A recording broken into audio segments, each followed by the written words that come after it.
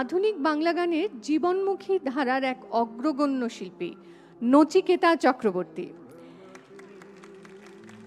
৯-এর দশকের প্রথম ভাগে এই বেশ ভালো আছি অ্যালবাম প্রকাশের পর আমরা তাকে প্রথম সেভাবে পেলাম। গান গাওয়ার সঙ্গে সঙ্গে কিন্তু তিনি বহু চলচ্চিত্রের সঙ্গীত পরিচালক হিসেবেও কাজ করেছেন। হঠাৎ বৃষ্টি, হ্যাঁ, এবং আমরা আজও তার গান শুনবো আর কিছুক্ষণের মধ্যেই। যে সমস্ত সিনেমাতে তাকে আমরা অ্যাজ মিউজিক ডিরেক্টর পেয়েছি তার মধ্যে হঠাৎ বৃষ্টি রয়েছে, সমুদ্র সাক্ষী রয়েছে, গো ফর গোল, কাটাকুটি, এরকম আরও অনেক ছবি রয়েছে। তিনি বেশ কিছু ফিল্মে অভিনয় পর্যন্ত করেছেন। এই বেশ ভালো আছি, খেলাঘর, কাটাকুটি, এই সমস্ত ছবিতে আমরা তাকে অভিনেতা হিসেবেও পেয়েছি। এরই সঙ্গে আজকের শর্টকাট ছবির কাহিনীকারও ছিলেন নচিকেতা চক্রবর্তী। আমরা একটু জোরে হাততালি চাইব আপনাদের কাছে। মহানায়ক সম্মান প্রদান করতে পেরে তাকে আমরা অত্যন্ত গর্বিত।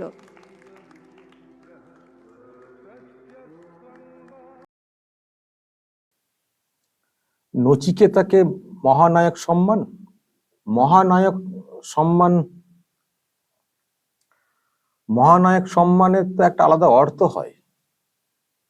হয়তো অভিনয় করেছেন, আমি দেখিনি, কিছু কেমন হয়তো অভিনয় করে থাকতে পারেন, কিন্তু মহানায়ক সম্মান পাওয়ার মতো অভিনয় আর মহানায়ক সম্মান, এই সম্মানটারও তো একটা সম্মান আছে, তাই না? এখন যদি বলা হয় যে হয়তো কোনোভাবে যুক্ত সিনেমার সঙ্গে ব্যাপারে, যদি বলা যে তাকেও মহানায়ক সম্মান দেব, মহানায়ক সম্মান, মহানায়ক শব্দটা এলেই তো আমাদের মনের মধ্যে একটা ভাবনা আসে যে এটা কেমন সম্মান, এটা কাদেরকে দেওয়া উচিত, মহানায়ক সম্মান। তো সেখানে নচিকেতা কি এমন, এই যে পরে যেটা দেওয়া হয়েছে প্রসেনজিৎ চ্যাটার্জিকে, তাকে দেওয়া হয়েছে সিনেমা জগতে বিশেষ অবদানের জন্য। আমি বলছি যে যদি তাকে দেওয়া হতো একটা অর্থ হতো মহানায়ক সম্মান। যিনি নায়কই নন, আমি জানি না নচিকেতা কি কোথাও কখনো নায়কের ভূমিকাতে করেছেন, কোনো অভিনয় করেছেন? আমার দেখা, আমি দেখিনি এসব ওনার কি অভিনয়।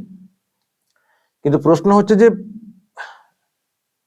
আচ্ছা একটু আপনাদেরকে শোনাই এই নচিকেতার সম্পর্কে আজকের মঞ্চে মানে কি বলেছেন রাজ্যের মুখ্যমন্ত্রী। আমি ওই অংশটা জাস্ট একটু আপনাদেরকে একটু শোনাবো, দর্শক ওয়েট করুন।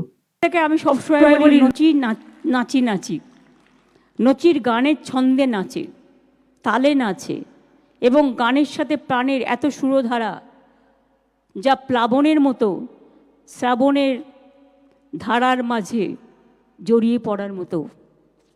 কাজে তার গান, তার বন্দিশ, তার ক্লাসিক্যাল গান আমাদের মুগ্ধ করে। কিছুদিন আগে আমরা হারিয়েছি রশিদকে। রশিদ খুব ভালো গাইতো এবং ওদের একটা দারুণ টিম ছিল। যাই হোক, গান সে ভালো লাগতেই পারে, কিন্তু মহানায়ক সম্মান যেটা, যদি সবাইকে এই সম্মানটা দেওয়া হয় তাহলে আমার মনে হয় না যে মহানায়কের যে সম্মান, মহানায়ক এই শব্দটার, সেটা মনে হয় না ঠিক। যদি বলেন যে উনি তো এখনো অভিনয় করছেন, মানে শাসকের প্রোগ্রামে গেলে কি করতে হবে, কি গান গাইতে হবে, কি বলতে হবে, আবার যখন এমন কিছু ইস্যু আসবে যে ইস্যুগুলো শাসক বিরোধী, সেখানে কিভাবে চুপ করে থাকতে হবে, কিভাবে পাশ কাটিয়ে চলে যেতে হবে, এটা তো উনি ভালোই অভিনয় করছেন, সেটার জন্য হতে পারে এই সম্মান। তাহলে বলবো ঠিক আছে।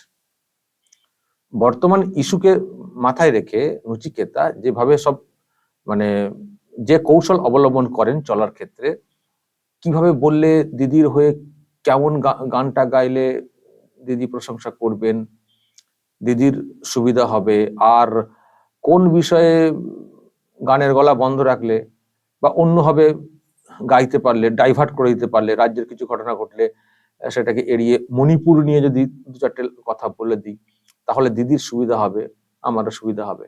মানে এই যে একটা বাস্তব জগতে যে অভিনয় করে চলা, সামনে কঠিন ব্যাপার, সব মানুষ জানছেন বুঝছেন সবাই, কিন্তু উনি সবটা দেখতে পান না। উনি মানে এমন অভিনয় করে চলেন এই বাস্তব জীবনে জানি না সেটার জন্য এই মহানায়ক সম্মান কিনা, সেটা আপনারা বলবেন। তবে আমি বলবো যে যদি ওই সিনেমার জন্য সত্যিকারের যে মানে রিল যেটা বলি সিনেমার জন্য মহানায়ক হিসেবে সম্মান দেওয়াটা নচিকেতাকে, গায়কের কোনো সম্মান থাকলে ঠিক আছে, গায়ক শিল্পী হিসেবে যদি কোনো সম্মান থাকতো, তো মহানায়ক সম্মানটা মানে জানি না, দর্শক বলবেন অভিনয়ের সঙ্গে নচিকেতার সিনেমা জগতে সত্যি কতটা কি মানে ইনভলভমেন্ট আছে যে যার জন্য ওনাকে মহানায়ক সম্মানটা দেওয়া যায়, নাকি দিতেই হতো, কিছু একটা দিতে হতো। দর্শক বলবেন, আমি এটা জাস্ট আরো কিছু কিছু দেওয়া হয়েছে আমি সেগুলো। তবে এবার কিন্তু দেখলাম এই অনুষ্ঠানটা খুব একটা বড় করে হয়নি, আগে অনেক ঢাক ঢোল আরো বেশি বেশি করে হতো, এবার ছিমছাম করে করা হয়েছে। কিন্তু ছিমছাম করার মধ্যেও যাদেরকে যাদেরকে দেওয়া হয়েছে সম্মান, তাদের মধ্যে নচিকেতাকে ডেকে দেওয়া হয়েছে। দর্শক বলবেন যা বলার কমেন্ট বক্সে, নজর রাখবেন আরামবাগ টিভি প্লাসে।